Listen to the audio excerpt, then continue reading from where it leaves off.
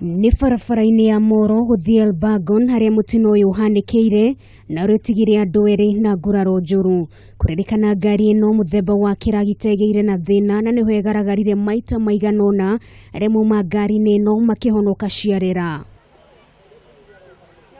Bosco Karanja nĩ ũmwe wa arĩa meyoneire mũtino ũyũ na ugĩte ndereba wa kĩragita gĩkĩ agerire gũkĩrũgamia no igeria rĩake rĩtinagĩa na umithio.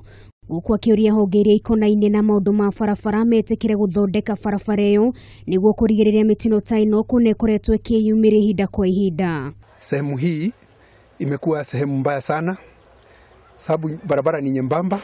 Hii sio mara ya kwanza, ya pili ama ya tatu, ni mara nyingi sana magari huanguka hapa, na tunaomba serikali kama inaweza kuweka rail guards ili izuie magari kama haya kuanguka hapa.